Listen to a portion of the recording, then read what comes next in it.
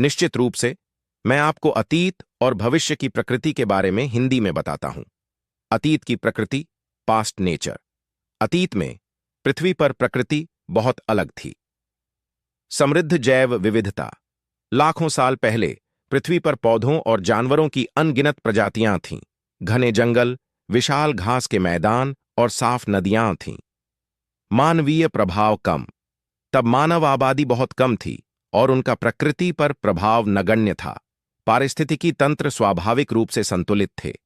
प्राकृतिक प्रक्रियाएं प्रमुख। जलवायु परिवर्तन और भूवैज्ञानिक परिवर्तन जैसी प्राकृतिक प्रक्रियाएं ही प्रकृति को आकार देती थीं। उदाहरण, डायनासोर का युग, जब विशालकाय जीव पृथ्वी पर राज करते थे और अलग अलग प्रकार के वनस्पति मौजूद थे। हिम युग, जब पृथ्वी का एक बड़ा हिस्सा बर्फ से ढका हुआ था। भविष्य की प्रकृति, फ्यूचर नेचर। भविष्य में प्रकृति कैसी होगी, यह कई कारकों पर निर्भर करता है, जिसमें मानवीय गतिविधियां सबसे महत्वपूर्ण हैं। जलवायु परिवर्तन का प्रभाव। ग्रीन हाउस गैसों के उत्सर्जन के कारण पृथ्वी का तापमान बढ़ रहा है, जिससे समुद्र का स्तर बढ़ सकता है। मौसम के पैटर्न बदल सकते हैं और चरम मौसम की घटनाएं जैसे तूफान, सूखा, बाढ़ बढ़ सकती हैं। जैव विविधता का नुकसान।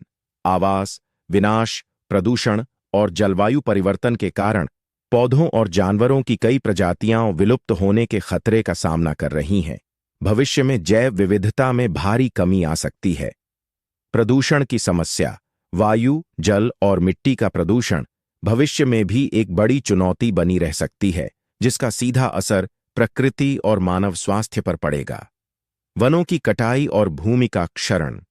कृषि और शहरी विकास के लिए वनों की कटाई जारी रहने से मिट्टी का क्षरण बढ़ेगा और प्राकृतिक आवास नष्ट होते रहेंगे।